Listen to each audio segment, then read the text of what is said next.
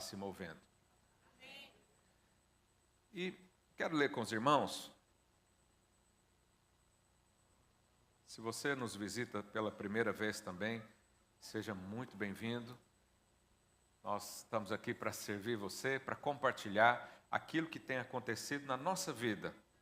Todos nós pecamos e precisamos e carecemos do Senhor, de um encontro com Deus. E todos nós tivemos um primeiro. Talvez hoje seja o seu primeiro dia de ter um primeiro encontro com o Senhor. A Bíblia diz, lá em Salmos 118, verso 8 e 9, rendei graças ao Senhor. Não, verso 8.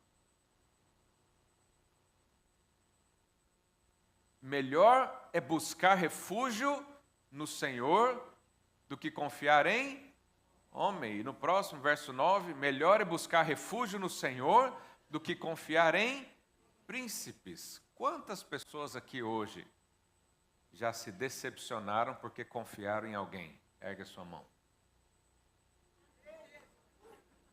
Quantos aqui já decepcionaram porque confiaram em si mesmo? Quando a Bíblia diz que é melhor buscar a Deus do que buscar o homem, esse homem pode ser você mesmo. Porque a máxima no mundo é encontra-te a ti mesmo. Você fala, uau, preciso me encontrar. Mas se eu entendi que eu estou em Jesus, na verdade eu preciso encontrar Jesus. Aí quando eu acho Jesus, eu me encontro. Porque eu estou nele. Por que nós podemos confiar em Deus? Já pensou se você hoje está com 50 mil euros no bolso? Tem alguém aqui que tem isso? Não, você não ia falar. No bolso. E por alguma razão você tem que deixar esse dinheiro com alguém.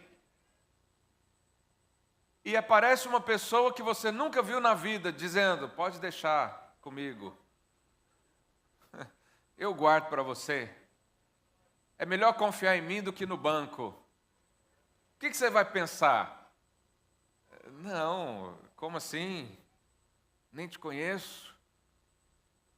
Tem muitas pessoas que não confiam em Deus porque não têm uma boa referência de quem Ele é. Não te apresentaram da maneira correta.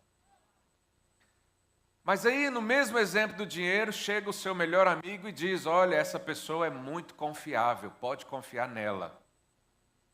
Aí o que você faz? Confia. Porque alguém deu uma referência.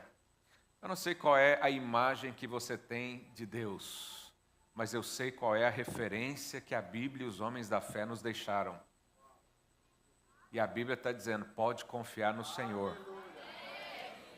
Mas antes do salmista dizer, confie no Senhor, aí agora volta lá para o verso 1, ele diz o porquê que nós podemos confiar em Deus. No Salmo 118, verso 1, ele diz, rendei graças ao Senhor, por quê, irmãos? Porque Ele é bom. Para você entender essa expressão do bom, você pode lembrar daquilo que Jesus falou certa vez, que alguém chegou para ele e falou, bom mestre, querendo fazer assim uma introdução bonita, né? Bom mestre. E Jesus falou, por que você me chama de bom? Bom é um só, o meu Pai, é Deus. Então, quando o salmista diz que Deus é bom, ele está colocando nessa magnitude. Deus é bom. Deus é bom. Não importa o que aconteceu na vida, na sociedade, com você, com um parente, com alguma coisa. Deus é bom. Deus é bom. Por isso o salmista diz, confia nele, porque ele é bom. Segunda coisa que ele diz, porque a sua misericórdia, diga misericórdia, dura para sempre. Essa palavra misericórdia, no original hebraico, o português precisa de 4 palavras para definição dessa em hebraico. A palavra no hebraico é shazed, que significa para o português entender, na língua portuguesa. Misericórdia, diga misericórdia. Amor, graça e bondade de Deus. Então, quando o salmista diz que a tua misericórdia dura para sempre, ele está dizendo, a misericórdia de Deus dura para sempre, a bondade de Deus dura para sempre, o amor de Deus dura para sempre, a graça de Deus dura para sempre. E aí no final ele diz, então, confia no Senhor. Porque Ele é digno de confiança. Ele não vai jogar fora a sua confiança. Ele não vai errar com você. Ele não vai te colocar em caminhos tortuosos, tortos. Ele não vai te colocar num barco furado. Ele não vai mandar maldição para você, porque Ele é bom. Eu posso até não entender algumas coisas, mas eu decido ficar com essa verdade da palavra. Eu até posso ver na história, e nós pastores, quando você vai discutir com alguém, a pessoa sempre fala, mas se Deus é bom, por que existe tanta maldade no mundo? Se Deus é bom, por que as criancinhas lá no país X ou Y estão morrendo de fome, de doença? Ou por que tantas guerras? Eu não sei explicar, mas eu sei que Deus é bom. Que não tem nada a ver com Deus essas coisas que acontecem. Porque essa é uma convicção que está aqui dentro. Porque eu fui apresentado a um Deus assim, e talvez você não foi. Hoje é o dia de uma grande e boa notícia. Deus é bom e Ele ama você completamente. Deus é bom e a sua misericórdia dura para sempre.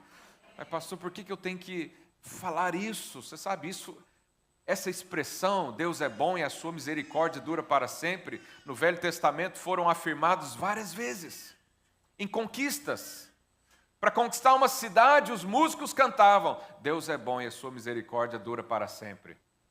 Quando Salomão edificou o templo, primeiro dia veio a Shekinah, a nuvem, e eles cantavam, Deus é bom e a sua misericórdia dura para sempre. E por que nós também podemos e devemos lembrar dessa canção hoje? Porque todos os dias existem vozes dizendo para você que Deus não está com você, que Deus não te ama, que Ele virou as costas para você. Mas hoje eu quero dizer, confia nele, porque Ele é bom e a sua misericórdia dura para sempre. Por que eu preciso pegar nessa palavra? Porque todos os dias eu erro em alguma coisa. E eu preciso lembrar que a misericórdia não acabou na minha vida, que ela dura para sempre, que a graça do Senhor, ela é muito maior do que os meus erros e dos meus pecados, porque ela dura para sempre.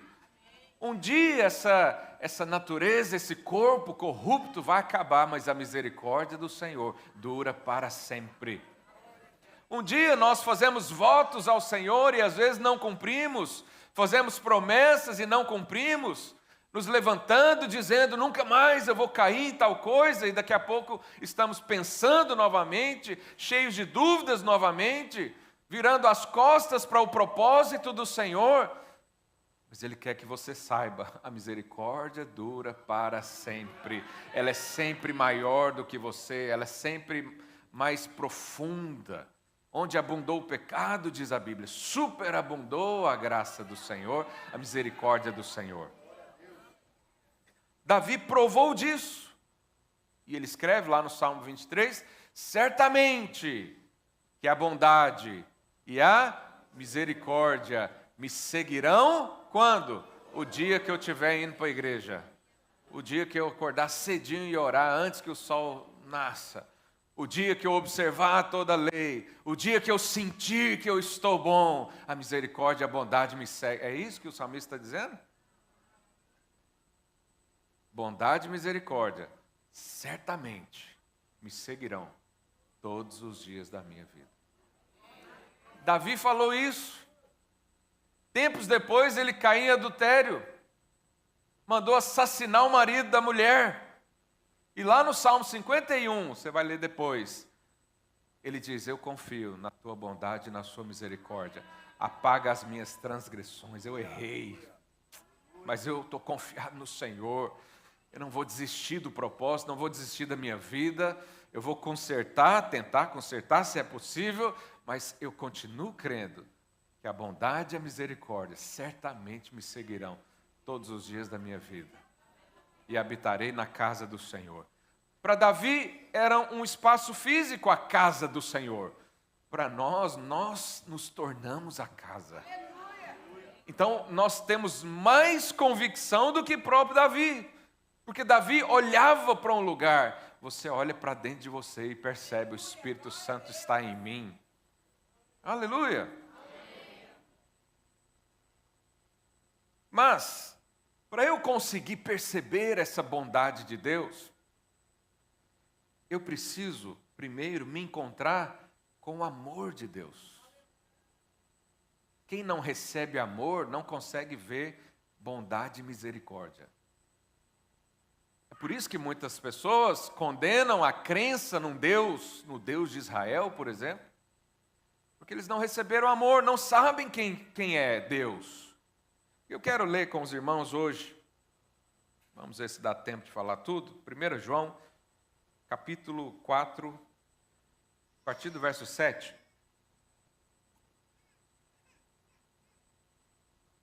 1 João 4, 7. Amados, amemo-nos uns aos outros, porque o amor procede de quem, irmãos?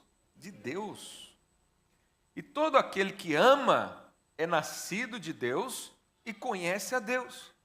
Aquele que não ama não conhece a Deus, pois Deus é o quê? Amor. Fala aí para o seu vizinho, Deus não tem amor para te dar. Ele é amor.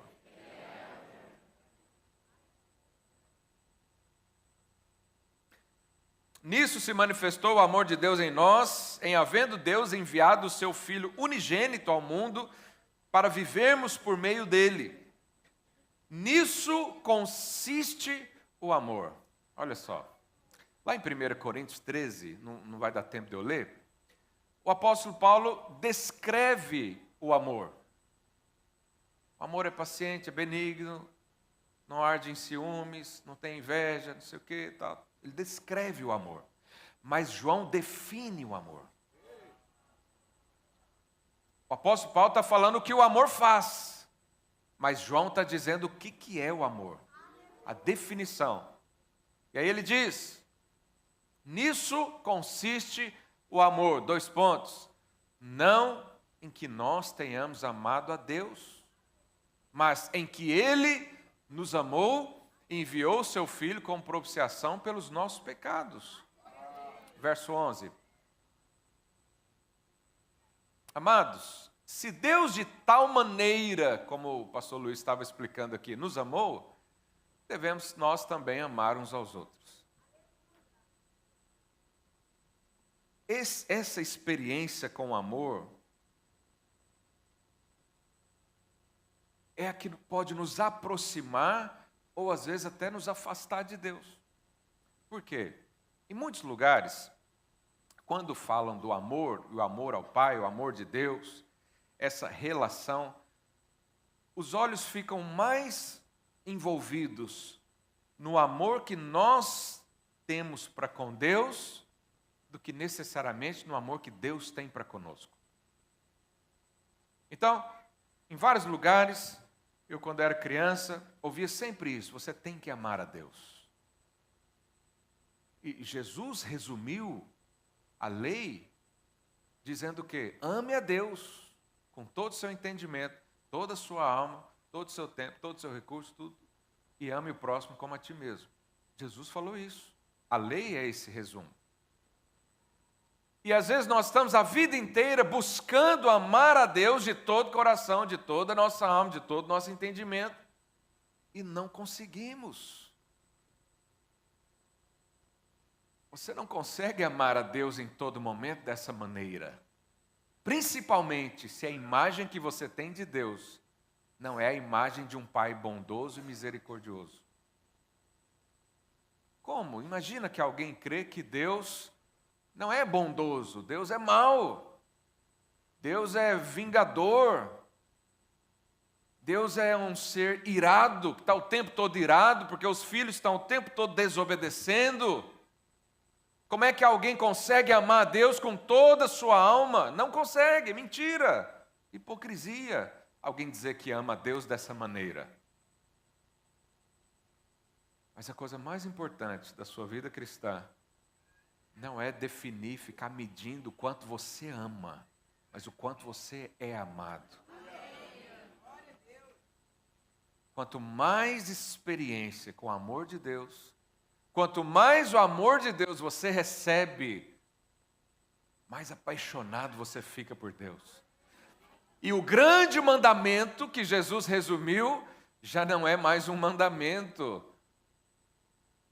é um privilégio, é uma resposta. Como que eu não posso amar um Deus que me ama tanto? Como que eu não vou ser apaixonado por um ser que deu tudo por mim?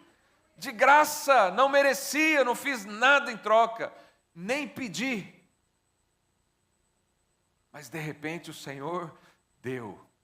E conforme você vai recebendo esse amor, automaticamente você se apaixona por Ele.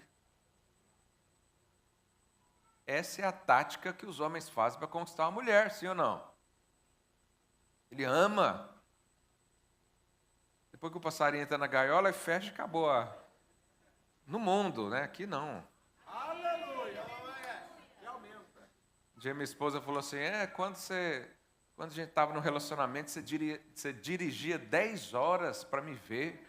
Agora eu estou te pedindo para ir no mercado, você não quer ir? Eu falei, porque eu estou com cãibra.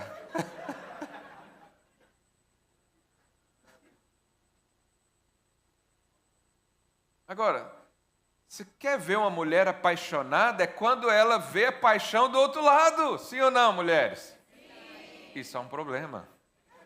Porque às vezes o outro lado não presta. Mas esquece, vamos falar da Bíblia.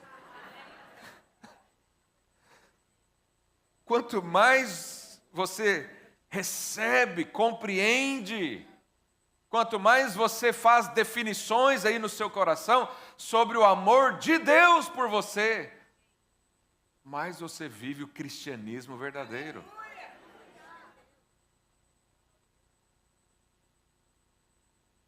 Deus te ama quando você se sente muito amado. Sim ou não? Mas Deus também te ama quando você não sente nada.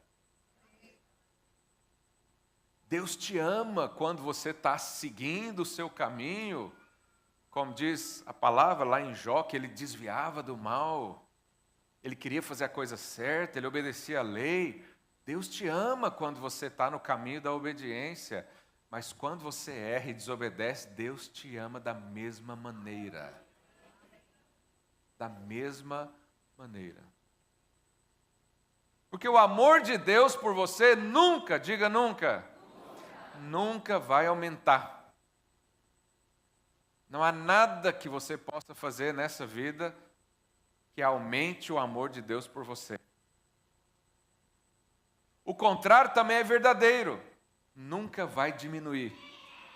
Porque jamais você vai conseguir diminuir ou fazer algo que diminua o amor de Deus por você. Por quê? Porque Deus não tem amor para dar. Ele é. E Ele abraçou você com tudo que Ele tem. O amor dele é íntegro, é um só. Você é integralmente amado. Você é completamente amado. Deus não te ama 50%, Ele te ama com todo o seu amor.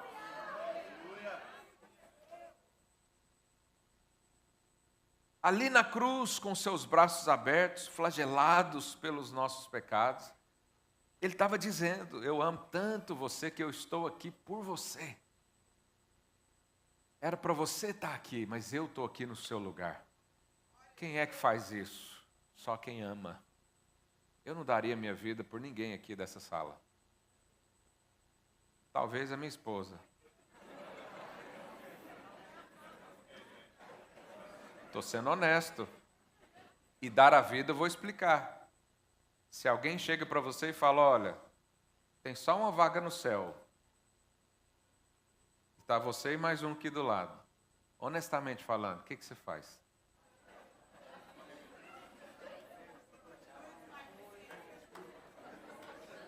É complicado.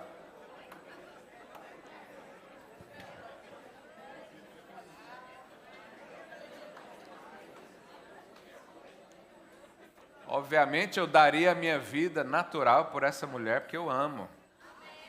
Se alguém vier para cima dela, eu dou minha vida sem pensar. Mas meu nome já está escrito lá no céu. Eu sei para onde eu vou. E ela vai também. Mas por que Jesus fez isso? Não sei. Pergunta para ele. Mas eu sei que ele fez.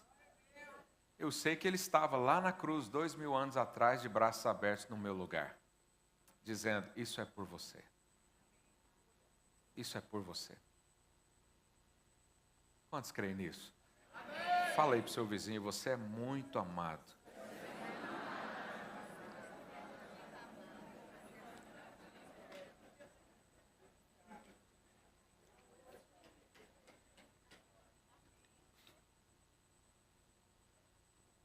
Você sabe que as pessoas às vezes sentem solidão.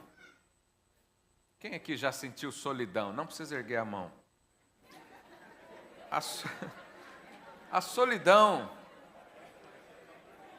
ela é uma condição espiritual.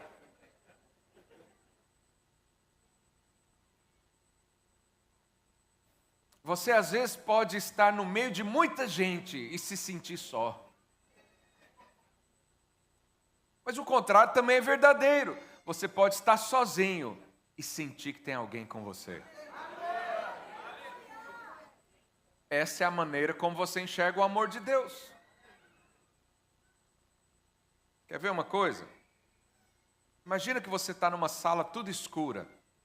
Abraão, apaga as luzes aí. Os irmãos aí de cima, apaga esse holofote aqui. Aqui, ó, essa aqui, apaga aí, por favor. Imagina, você está aí numa sala tudo escura.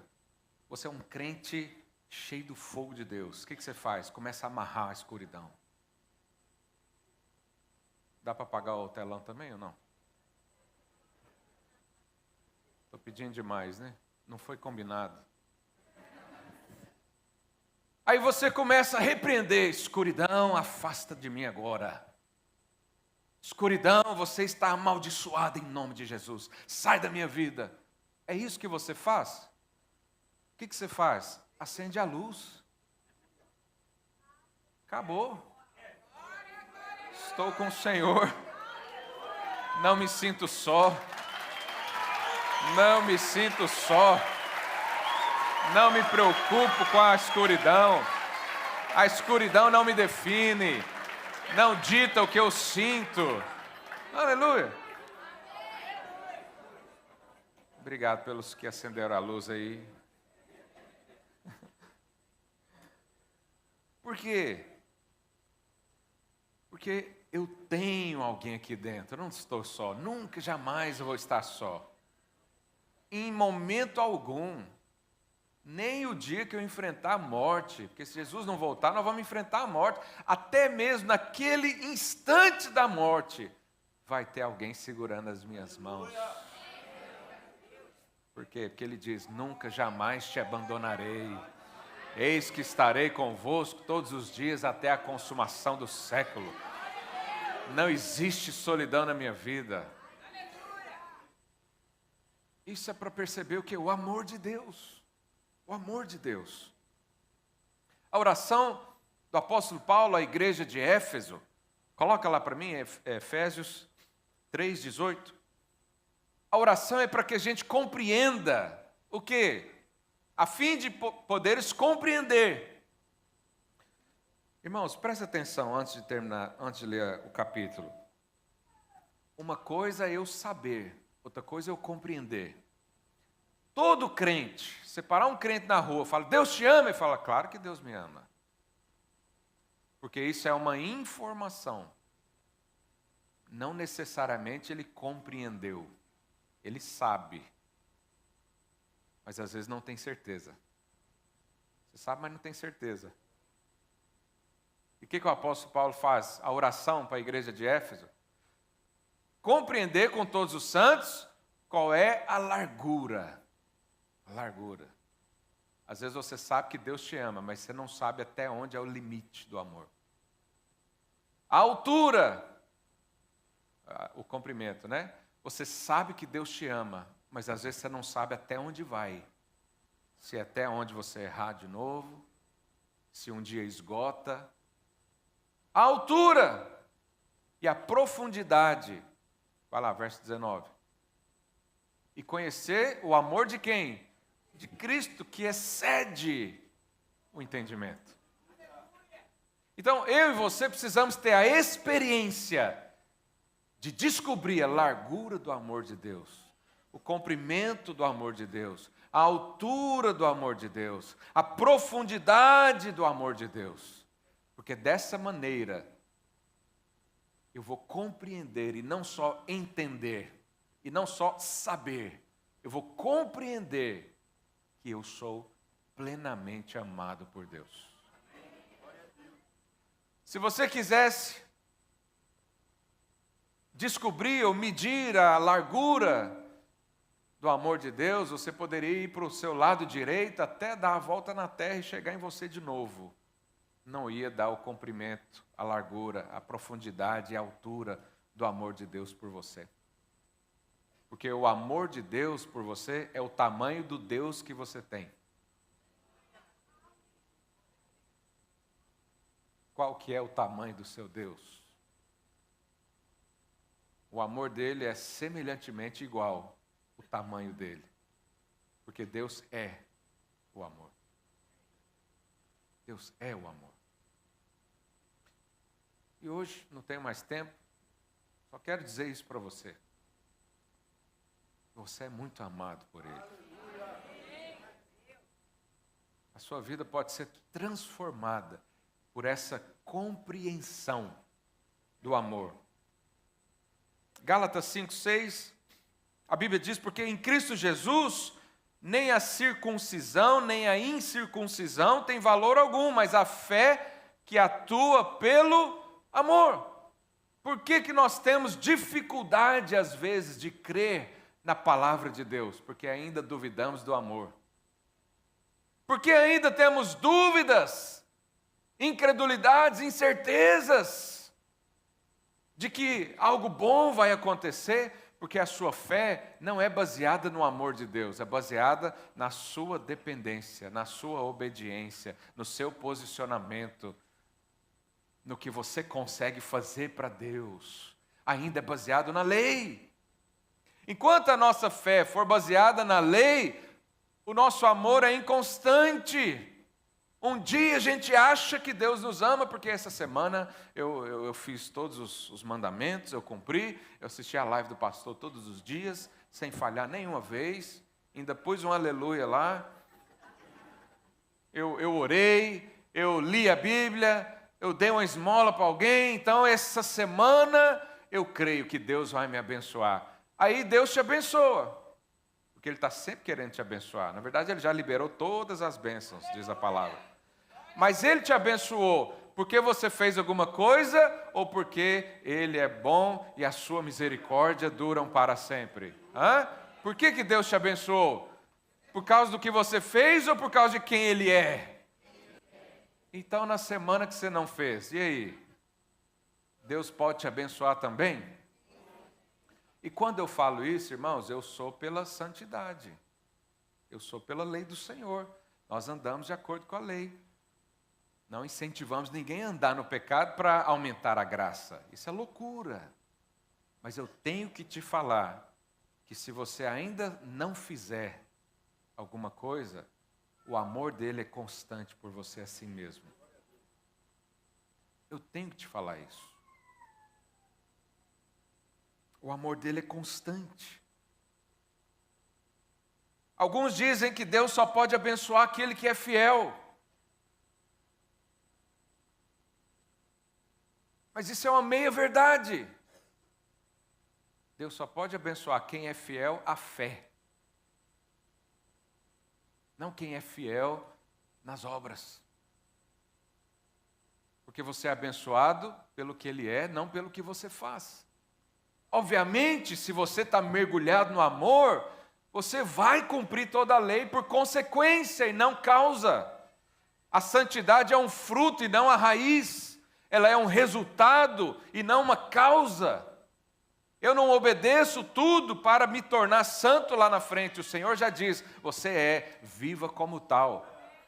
Mas quando nós estamos baseados numa fé que atua no amor, você crê apesar de você. Você crê apesar do contexto. Você crê apesar da falha, como Davi. Para muitos de nós aqui, inclusive eu ia falar, que cara de pau. Um cara como esse, devia dar o exemplo para todo mundo. Errar e falar agora, Senhor, esquece o que eu fiz. Sim ou não? Seja honesto. Ou só eu que faria isso? Nossa, fiquei mal agora. Você também, o Ricardo também, então tá bom. Como assim? Um homem segundo o coração de Deus errou feio. Talvez ninguém que nunca vai nem chegar perto de um erro desse. Mas lá no Salmo ele diz, eu estou convicto. Apesar de mim, o amor, a bondade e a misericórdia duram para sempre. Eu tenho uma segunda chance no Senhor. Eu tenho uma terceira chance no Senhor. Eu tenho uma quarta chance no Senhor. Eu não vou viver mirando o erro, eu miro o acerto. Mas se eu errar, isso não tira a minha fé que atua no amor. Minha fé atua no amor.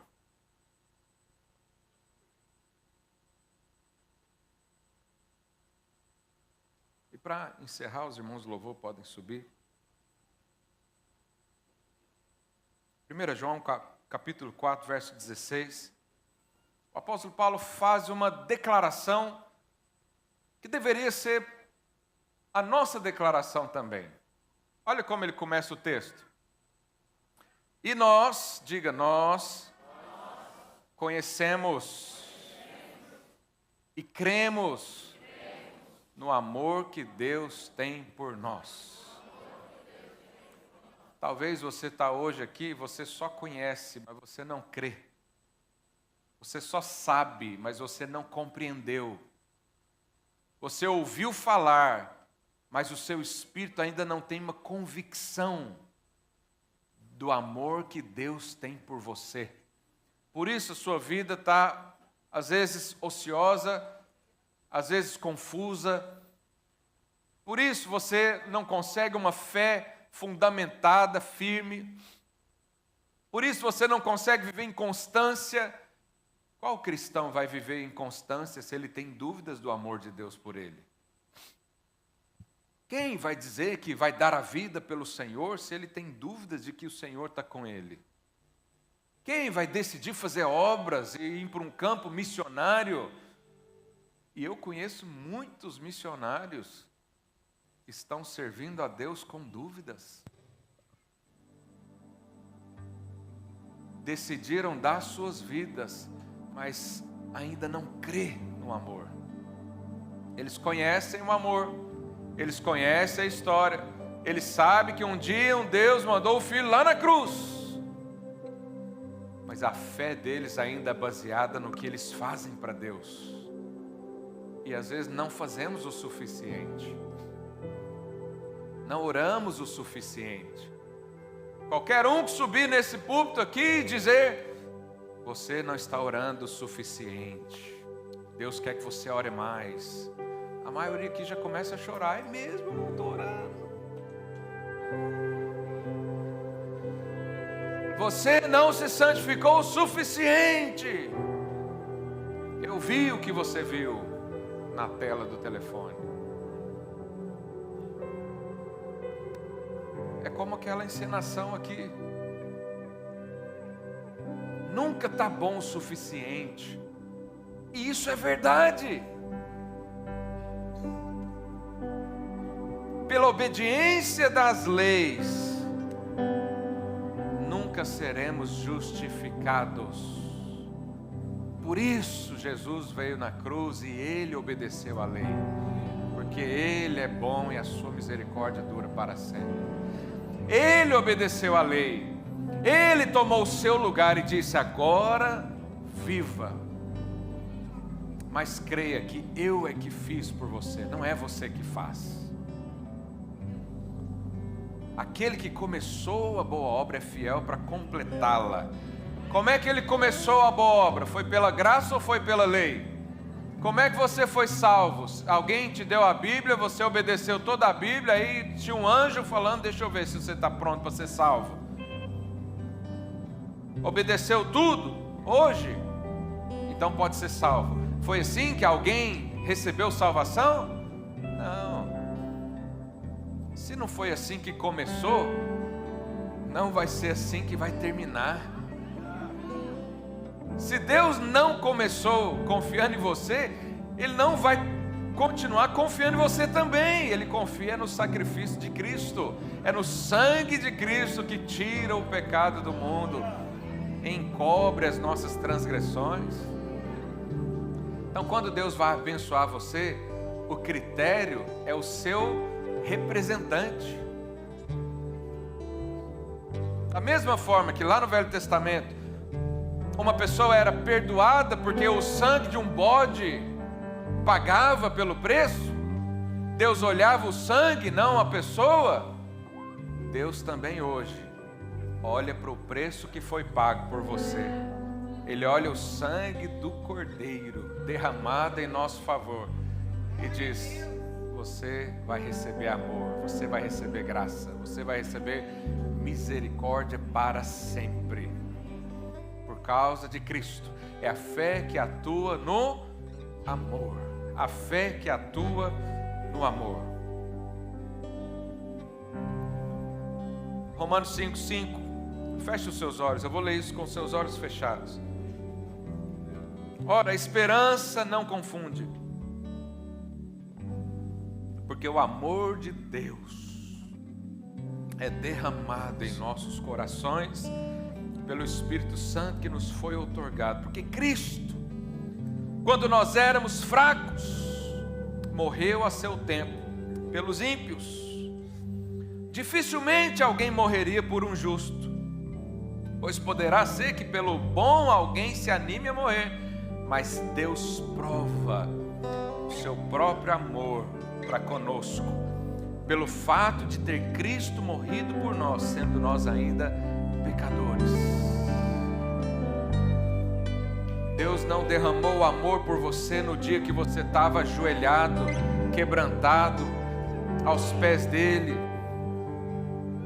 Ele fez isso quando você nem olhava para ele, quando você era pecador, quando você estava distante, quando você rejeitava a palavra, quando você rejeitava aquele crente que ia lá na sua casa bater no seu portão para falar de Deus, quando você rejeitou o seu amigo que falou de Deus por você.